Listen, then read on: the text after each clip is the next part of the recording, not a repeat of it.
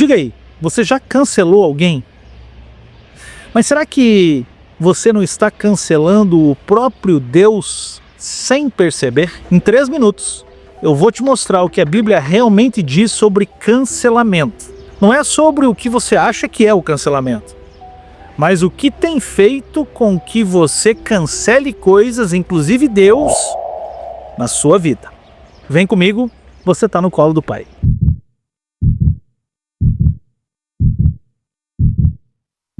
A geração que vive o cancelamento nas redes sociais criou uma cultura onde tudo é descartável. Amigos que caem em discordância, cancelados. Ideias que confrontam, canceladas. Religião que não se encaixa na nossa visão, cancelado. Mas e Deus? Será que não temos feito o mesmo com Ele? Cancelamos as verdades que nos confrontam, a voz do Espírito que nos incomoda, as pregações que nos desafiam tirar da zona de conforto. E Deus? Está na sua lista de cancelado? Tem certeza que não? Em Mateus 15, de 8 a 9, a palavra diz: este povo me honra com os lábios, mas o seu coração está longe de mim. Eles me adoram em vão. Seus ensinamentos não passam de doutrinas humanas. Jesus já sabia que não era só a cultura de hoje que faria isso. Essa cultura do cancelamento que faria essas coisas. Jesus sabia que haveria uma geração disposta a abandonar a verdade, especialmente quando essa verdade não nos convém. Esse cancelamento espiritual é quando damos mais valor ao que achamos da palavra do que realmente é o que Deus diz. Quando nossos desejos e ideais, eles estão um pouco desalinhados com o que a palavra nos traz. Daí o que nós fazemos? Geralmente nós cancelamos a palavra, cancelamos a verdade e nos agarramos naquilo que nós achamos que a palavra diz. Vivemos em uma onda onde existe uma cultura do cancelamento. E essa cultura está por todo lugar. Nas redes sociais, nos nossos relacionamentos. Nós estamos cada vez mais sensíveis às opiniões contrárias. Nós vivemos com gerações agora cada vez mais frágeis em ouvir opiniões contrárias. Essas gerações fogem de qualquer coisa que as desagrade. Quando algo as incomoda, seja uma palavra de fé desafiadora, um convite para mudar de vida, simplesmente preferem ignorar ou então descartar do seu convívio essas opiniões, essas pessoas que emitem opiniões contrárias. Mas a pergunta que nós devemos nos fazer é: será que essa mesma mentalidade de cancelar tudo que não nos é agradável não está afetando nossa vida espiritual? Será que estamos apenas escolhendo seguir aquilo que nos convém, aquilo que esquenta o coração, aquilo que é confortável, e cancelando Deus em nossas escolhas? Porque, meus irmãos, o Evangelho não é cômodo, não é confortável. O Evangelho incomoda. Quantos de nós já deixamos de ouvir a voz de Deus porque muitas vezes aquela palavra não nos agrada? Quantas vezes vamos à igreja e quando é o determinado pastor, não, olha, esse pastor eu prefiro não, eu prefiro o outro.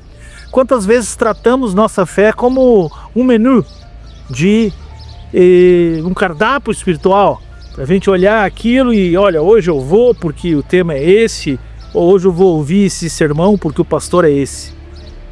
Quantos cristãos cancelam hoje a própria fé por não querer pagar o preço e a transformação que Jesus exige? Então, nós precisamos tomar algum tipo de atitude para evitarmos esse tipo de cultura do cancelamento. Nós precisamos buscar forças para absorvermos as opiniões contrárias.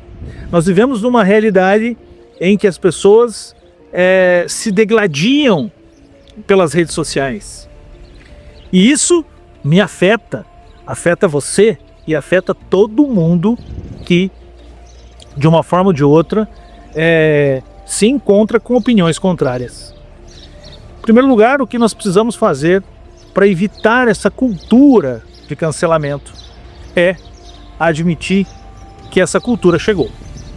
Nós precisamos olhar para essa cultura e entender que ela está aí e nós não estamos imunes. Todos nós, de alguma forma, já tivemos a tentação de cancelar algo de Deus porque não nos agradou ou porque nos desafiou.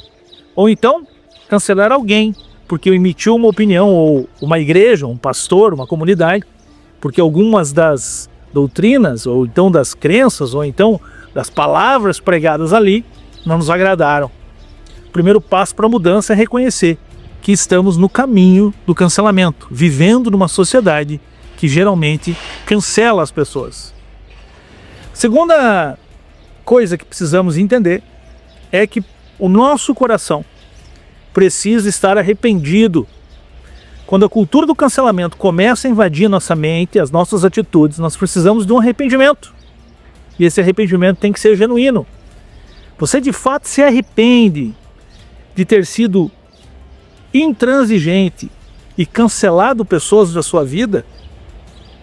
Não é cancelar da boca, não é se arrepender da boca para fora, mas entender que se Cristo não condenou ninguém, se Cristo acolheu a todos, se o Evangelho de Cristo trata de acolhimento essencialmente, quem somos nós para condenarmos a outra parte? O que nós podemos e devemos, como cristãos, é de mostrar o verdadeiro caminho que está previsto na palavra de Deus e que foi reproduzido aqui em terra através do exemplo de Cristo.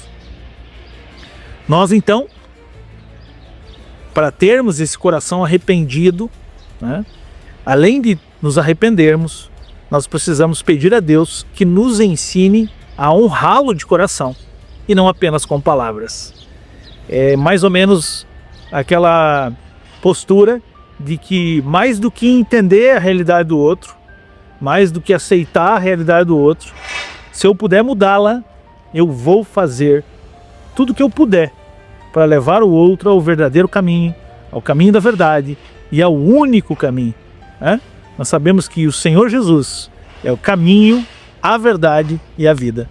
Terceiro ponto que é interessante nós observarmos é que precisamos então, a partir do momento em que entendemos que estamos vivendo numa sociedade de cancelamento e que nos arrependemos de sermos canceladores, é que precisamos unir nossos corações à vontade de Deus. A verdadeira transformação acontece quando nós unimos a nossa vontade à vontade de Deus. Cancelar a cultura do cancelamento significa abraçar o que Deus diz, mesmo quando isso nos desafia. E por fim, nós temos que entender que a conversão, o redirecionamento da nossa vida deve ser o retorno à verdadeira adoração. Não apenas rejeitando coisas erradas, devemos nos voltar para a verdadeira adoração. Uma adoração que não depende de situações agradáveis, mas de uma comunhão verdadeira com o Pai. Se você, assim como eu, está imerso nessa cultura de cancelamento, de condenação do outro, e ainda não entendeu que precisa ser instrumento de mudança da vida, da própria vida e da vida do outro através do Evangelho de Cristo, eu te convido a fechar os olhos e a orar comigo nessa manhã. Senhor, eu te peço perdão por todas as vezes que eu tentei cancelar a tua voz, que eu tentei cancelar as vozes alheias sem acolhê-las inicialmente. Por todas as vezes que eu me afastei das tuas verdades, e dentre elas a de amar o outro como a mim mesmo, e acabei julgando o outro sem oferecer ao outro o verdadeiro caminho, a verdadeira verdade que está em Cristo. Te peço perdão, Senhor, por todas as vezes que eu me afastei das tuas verdades, por causa daquilo que eu achava melhor para a minha vida, por causa do meu coração, por causa das minhas vontades, por causa daquilo que eu achava que eu sabia. Mas eu reconheço, Senhor Deus, que o Senhor sabe o que é melhor para a minha vida. E eu te peço, me ensina a honrar a Tua palavra acima dessas vontades, a buscar a Tua presença em todos os momentos. É o que eu te peço, no santo e precioso nome de Jesus. Amém, amém. Bom, meu irmão, se você está cancelando, eu te peço, encaminhe esse vídeo para os canceladores.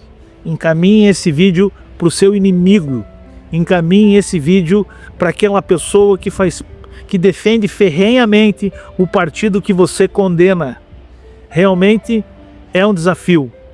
E Cristo não espera nada menos do que isso de nós. Que Deus te abençoe. Chega de cancelar. Mostre aos seus inimigos o verdadeiro caminho. Que Deus te abençoe. Tchau, tchau.